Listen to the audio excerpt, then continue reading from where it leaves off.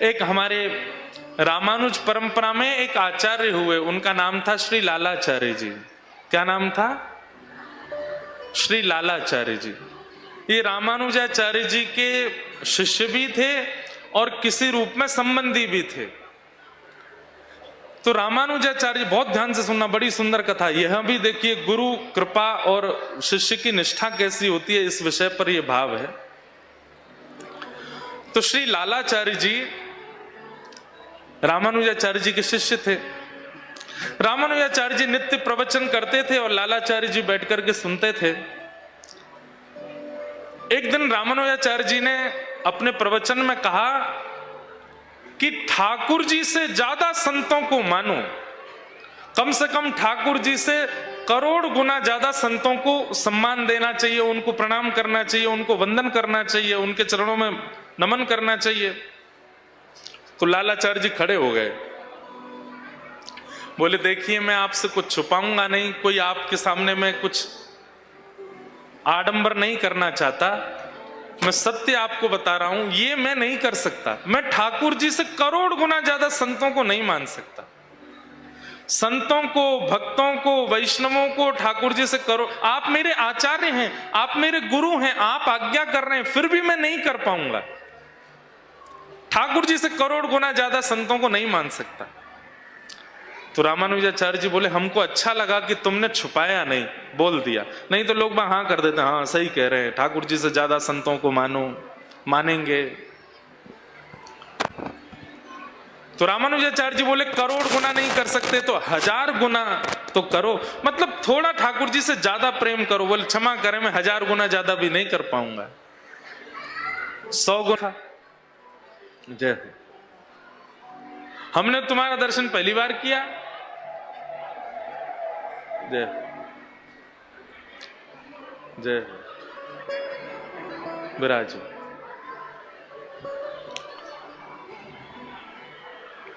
ध्यान से सुनो। तो लालाचार्य जी ने क्या नियम बना लिया कि जो भी कंठी पहन करके, तिलक धारण करके या शिखा धारण होगी, किसी भी रूप में भगवत संबंधी आवरण यदि उसके तन पर होगा तो वो मेरा संबंधी है। अब जो भी नगर में आता, अगर वयोवृद्ध होते तो चरणों में जाकर के लालाचार्य जी प्रणाम, जय हो दादाजी, बड़े दादाजी बहुत दिन में आए हो, आपके चरणों को प्रणाम करूं, घर चलो, बहू प्रतीक्षा कर रही है, भोजन बना के बैठी है। लालाचार्य जी की बहू की भी कैसी सेवा, आए दिन रिश्तेदार नहीं आते हैं, कौन से रिश्तेदार आते हैं पता ही नहीं है, जो कंठी पहन ले, जो तिलक लगा ले, जो शिखा धारण कर ले, लालाचार्य जी उसको ही लेके आते हैं, चलो इनके लिए प्रसाद बनाओ, प्रसाद पवाओ। कौन है? बोले चाचा जी आए। या तो भगवत समान या भगवान से ज्यादा संतों को मानेंगे नहीं, लेकिन गुरुदेव की आज्ञा हो गई सगे संबंधियों के समान मानो, तो सगे संबंधियों के समान प्रेम करने लगे। अब तो ये स्थिति हो गई कि नगर में लोग बाग लालाचार्य जी को कभी कभी मजाक भी कर देते, और बताओ लालाचार्य जी आज तो कौन आए आपके परिवार में से? बोले आज फूफा जी आए हैं। बोले अच्छा, कहां से आए हैं? बोले ये नहीं पता कहां से आए हैं। तो उनको देखते ही लगा ये हमारे फूफा जी हैं, तो फूफा जी बोल दिया। पत्नी जब अपनी सहेलियों के पास जाती तो वो भी मजाक बनाते, भाई तुम्हारे पतिदेव तो ऐसे पति किसी को नहीं मिले। बोले क्यों? अरे संबंधी घर पर आते हैं तो हमारी हालत खराब हो जाती है, रोज पूड़ी बनाओ, ये बनाओ। तुम्हारा कैसा हाल? सुबह चाचा आते हैं, रात में मामा आते हैं, अगले दिन सुबह कोई आ जाते हैं। अच्छा, लालाचार्य जी का एक नियम और था, एक बार जिससे जो संबंध बना लिया, फिर जीवन में वो कभी भी उस नगर में आए उसी संबंध से ही बुलाते थे। एक बार कैसी अद्भुतता हुई,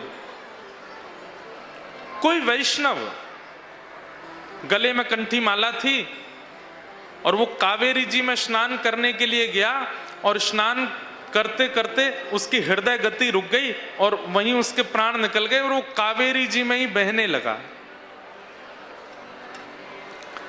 लालाचार्य जी की पत्नी अपनी सब सहेलियों के साथ जल भरने के लिए गई थी, तो जैसे ही शव तैरता हुआ आ रहा था तो सब में आश्चर्य हुआ, अरे कोई मर गया, अरे देखो किसी का शव तैर रहा है, अरे भैया देखो किसी की लाश बहती हुई जा रही है। तभी एक सखी ने देखा कि जो शव बह रहा है उसके गले में कंठी माला है, तो उसने उपहास कर दिया और उपहास करते हुए बोली, अरे सुन, जा लालाचार्य जी को बुला ला, वो तो कंठी पहनने वाले सबको अपना संबंधी बताते हैं। लावारिस शव किसी का बहता हुआ जा रहा है, देख ले कहीं तेरे चाचा तो नहीं, कहीं तेरे ताऊ जी तो नहीं, तेरे दादाजी तो नहीं, तेरे कोई संबंधी तो नहीं। पत्नी अपने पति के प्रति बहुत प्रेम मानती थी, वो जैसे लालाचार्य जी की भावना थी वैसी पत्नी की भी थी। रोते हुए गई और गई कि सब मेरी सहेलियां ऐसे बोलती हैं कि कोई कंठी पहना शव जा रहा है तैरता हुआ, निश्चित ही तुम्हारा कोई संबंधी होगा। लालाचार्य जी ने जैसे ही सुना दौड़ करके गए और जाकर के कावेरी जी में जैसे ही देखा, धन्य हो गए। आज जीवित लोगों को तो आज तक अपना संबंधी बनाया ही था उन्होंने, लेकिन जैसे देखा कंठ में कंठी पहनी है, तुलसी माला पहनी हुई है, तुरंत लालाचार्य जी रोने लगे और रोते हुए बोले, मेरे बड़े भैया चले गए। बड़े भैया, उनको मरे हुए शव को बड़े भैया बताने लगे, मेरे बड़े भैया चले गए। कूद गए कावेरी जी में और उस शव को लेकर के किनारे आए। सब देख करके आश्चर्यचकित हो रहे हैं, बोले भैया लालाचार्य जी कैसा आपका स्वरूप है, एक मरे हुए अनजान व्यक्ति को आप उठा लाए। इधर देखिए, कथा सुनिए, कल से परेशान नहीं हो गए आप, खूब सोइएगा प्रेम से, हैं? आज और सुनो।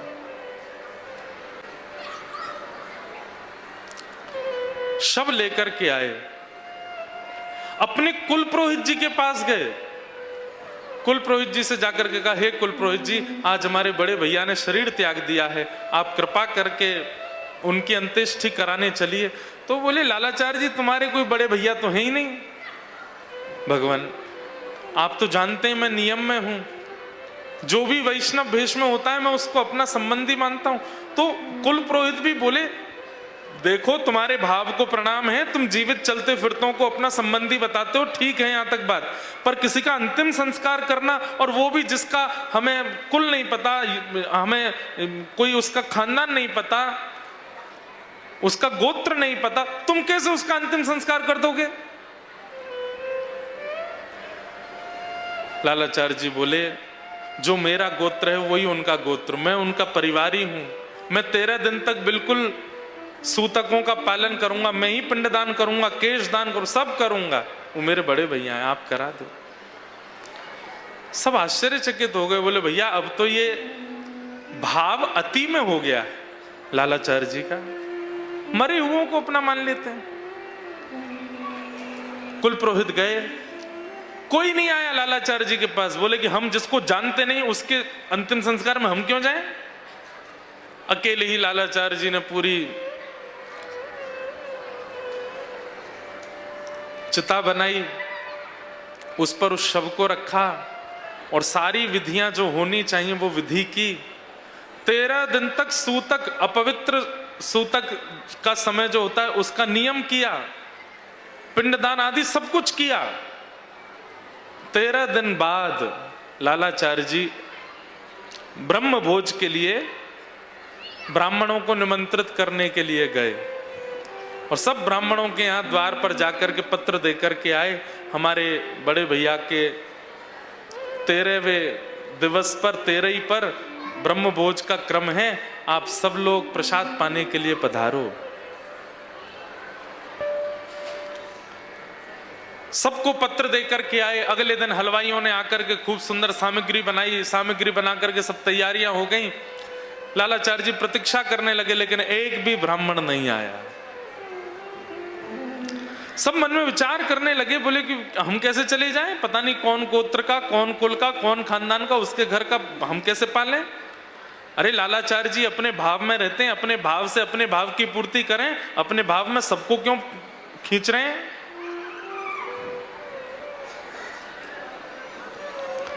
एक भी ब्राह्मण नहीं आया। लालाचार्य जी गए कुछ ब्राह्मणों के पास, बोले आज हमारे यहां प्रसाद था, आप लोग आए नहीं।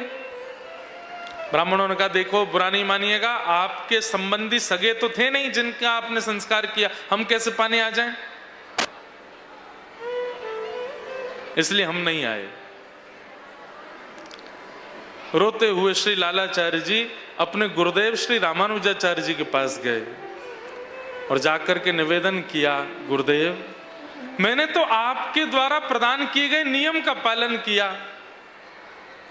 आपने कहा था कि अगर तुम ठाकुर जी से 100 गुना नहीं मान सकते, ठाकुर जी के समान नहीं मांग सकते, तो अपने परिवारी जनों के समान कंठीधारी तिलकधारी वैष्णवों को अपना संबंधी मानो। अब जब मैं मान रहा हूं तो संसार तो हर प्रकार से इस बात को प्रस्तावित कर रहा है कि मैं गलत हूं। मैं अगर कंठी वालों को अपना संबंधी मान लेता हूं तो संसार उसको पूरा होने भी तो नहीं दे रहा। आज कोई भी ब्राह्मण ब्रह्म भोज के लिए नहीं आया, मैं क्या करूं। रामानुजाचार्य जी बोले वेंकटेश भगवान के चरणों में प्रणाम करो, रंगनाथ भगवान के चरणों में प्रणाम करो और अपने भाव को उनसे कहो। लालाचार्य जी ठाकुर जी के सन्मुख गए और कहा मैंने वैष्णवों को अपना संबंधी माना है, आज उनके अंतिम दिवस पर कोई ब्राह्मण नहीं आए, भगवान आप कृपा करो। इतने में ही लालाचार्य जी सामने बैठ के ठाकुर जी को प्रणाम कर रहे थे, एक दिव्य ज्योति मंदिर से प्रकट हुई और उस दिव्य ज्योति में से अनेक ब्राह्मण ठाकुर जी के ही अंश प्रकट हो गए और लालाचार्य जी से बोले चलो हम आए हैं, हम पाने चलेंगे प्रसाद। भगवान ने वैकुंठ से भेजे, वैकुंठ से विप्रों के अग्रगण्यों को भेजा, जाइए लालाचार्य जी अपने संबंधी का, अपने बड़े भाई का तेरही कर रहे हैं, उसमें ब्रह्म भोज पाके आइए। महाराज जैसे ही वे ब्राह्मण जन मंदिर से बाहर निकले, उनका रूप स्वरूप लावण्य देख करके उनके सबके चतुर्भुज भी थे, कभी 2 भुज में दिखे, कभी चतुर्भुज में दिखे, कभी 2 भुज में दिखे, ऐसे थे।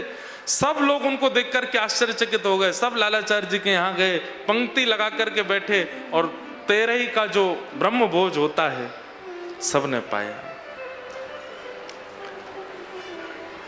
उनको देख करके सब ब्राह्मण दौड़े दौड़े आए जो नहीं आ रहे थे।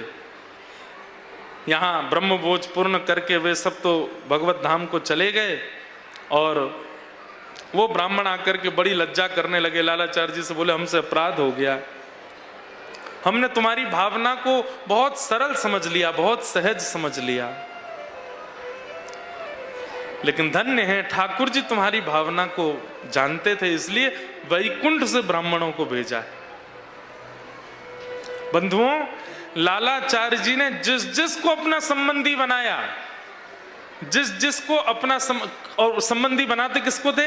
ना जात पूछते थे, ना गांव पूछते थे, ना परिवार पूछते थे, बस तिलक है, कंठी माला है, तुम हमारे देखते, ना उसका पुण्य देखते। उसने कोई साधन नहीं किया, कोई पुण्य नहीं किया, केवल लालाचार्य जी ने कह दिया ये हमारे जीजा जी हैं, ये हमारे फूफा जी हैं, ये हमारे भैया हैं, बस ठाकुर जी उनको आके दर्शन देते थे, निश्चित देते थे। ऐसी कृपा।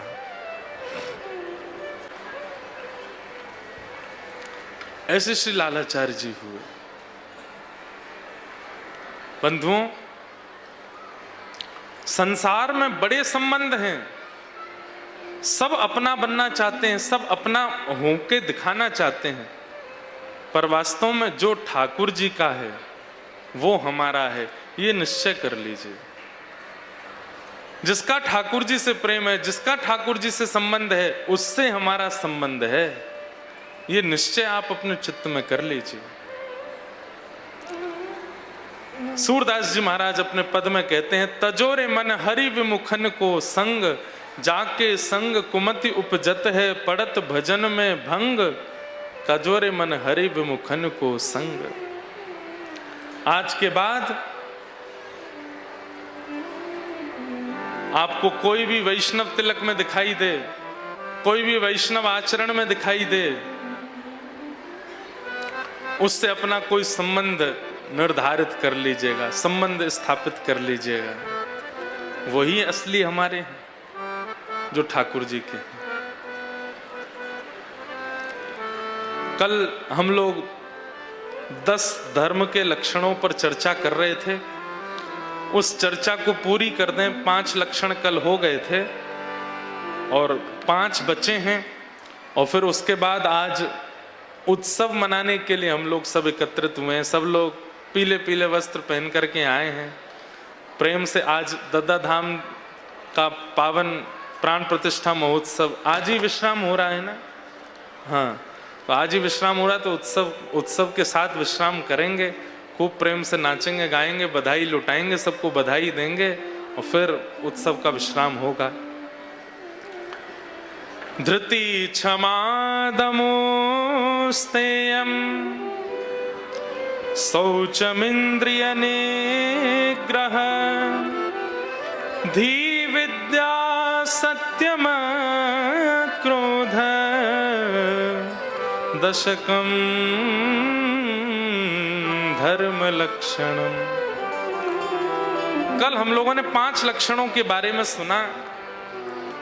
धृति, क्षमा, दम, अस्तेयम, शौच। अब इसके बाद आया इंद्रिय निग्रह। इंद्रिय निग्रह पर भी कल चर्चा हुई थी। इंद्रिय निग्रह के ऊपर कल हम लोग बहुत देर तक चर्चा करते रहे और उसमें हमारी ये बात हुई कि अपनी समस्त इंद्रियों से भगवत वस्तु का सेवन करना प्रारंभ कर दीजिए। जो ठाकुर जी को निवेदित नहीं हो सकती, जो ठाकुर जी को अर्पित नहीं हो सकती, उस वस्तु को आप सेवन नहीं करोगे, ये निश्चय कर लीजिए। और वस्तु का मतलब केवल भोजन का पदार्थ नहीं है, वस्त्र भी।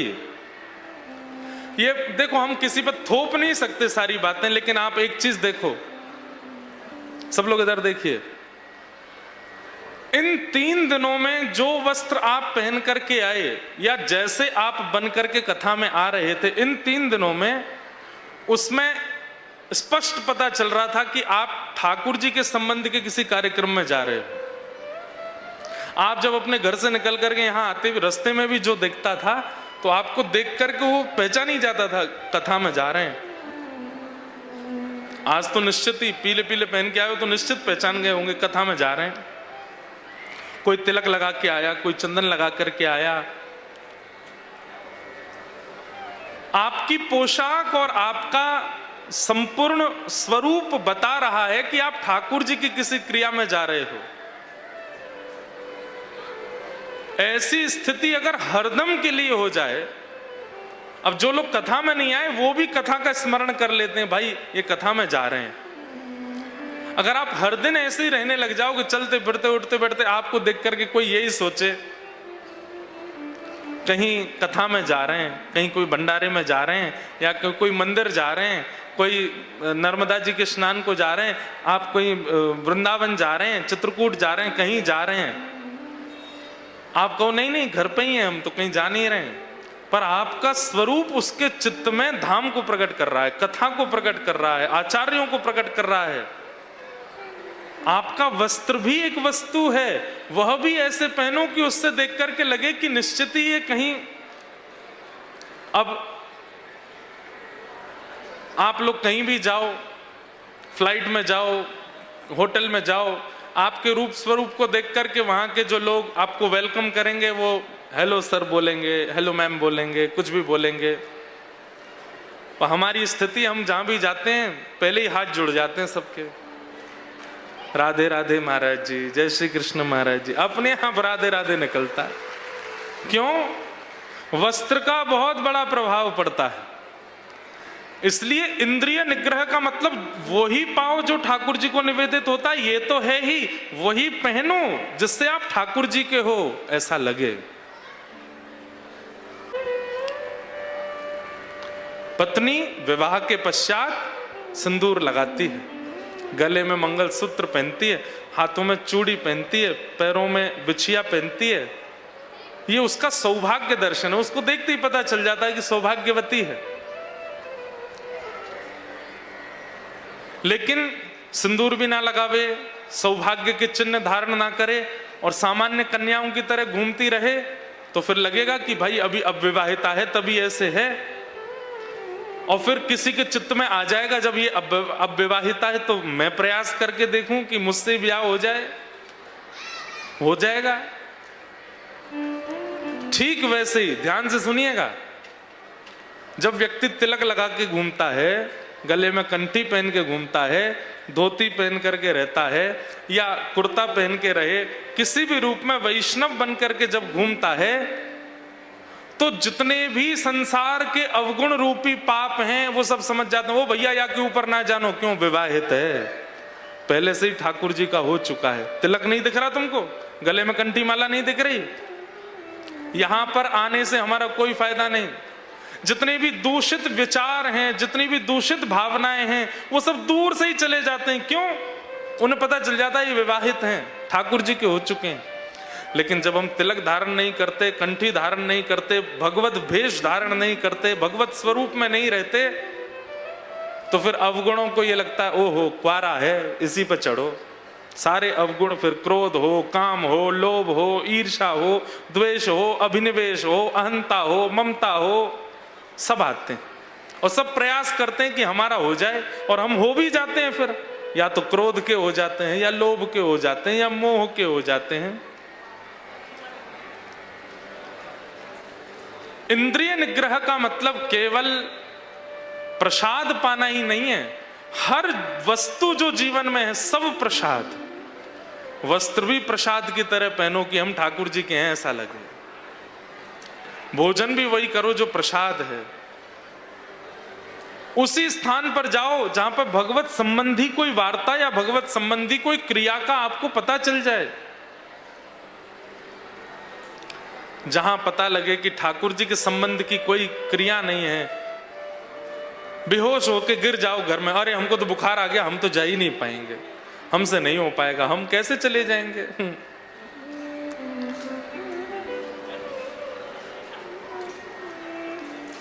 ऐसो दुख दीजो ही माही, बिन पद कंज छटा दृग देखे, को सुहावे नाहि। ऐसो दुख दीजो ही माही। हरिवंश परंपरा के एक अद्भुत आचार्य हुए, और ये भी यहीं के ही थे, मध्य प्रदेश के। इनका नाम था भोलानाथ, जिनका बाद में किशोरी जी ने नाम रख दिया, राधा रानी ने नाम रखा भोरी सखी। उनका ये पद है। क्या कह रहे हैं अपने पद में कि बिना किशोरी जी को, बिना ठाकुर जी को देखे इन आंखों को और कोई सुहावे ना, बिना सदगुरु को देखे इन आंखों को कोई सुहावे ना। ऐसी कृपा मुझे कर दो, मुझे और कोई नहीं सुहावे, बस आप प्रिय लगो। ऐसे वस्त्र पहनो, ऐसा स्वरूप धारण करो, ऐसा भोजन करो, ऐसी बातें करो। जब आप बोलो तो आपके शब्दों से पता चल जाए कि आप कथाएं सुनते हो, आप आचार्यों के पास जाते हो। जैसे ही आप बोलते हो ना कि चलो आ जाओ महाराज जी खाना खा लो, पता चल जाता है कथा नहीं सुनते। क्योंकि कथा सुनने वाला खाना नहीं बोलेगा, कथा सुनने वाला बोलेगा महाराज जी प्रसाद पालो, वो प्रसाद ही बोलेगा। या जिस घर में नित्य भोग लगता होगा वो लोग भी यही बोलेंगे कि प्रसाद पालो। खाने में क्या बनवाएं आपके लिए ना, ये शब्द का प्रयोग बता देता है कथा नहीं सुनते। महाराज जी कल आप आएंगे, क्या प्रसादी सिद्ध कराऊं, क्या प्रसाद बनवाऊं घर पे। भोग नहीं, प्रसाद।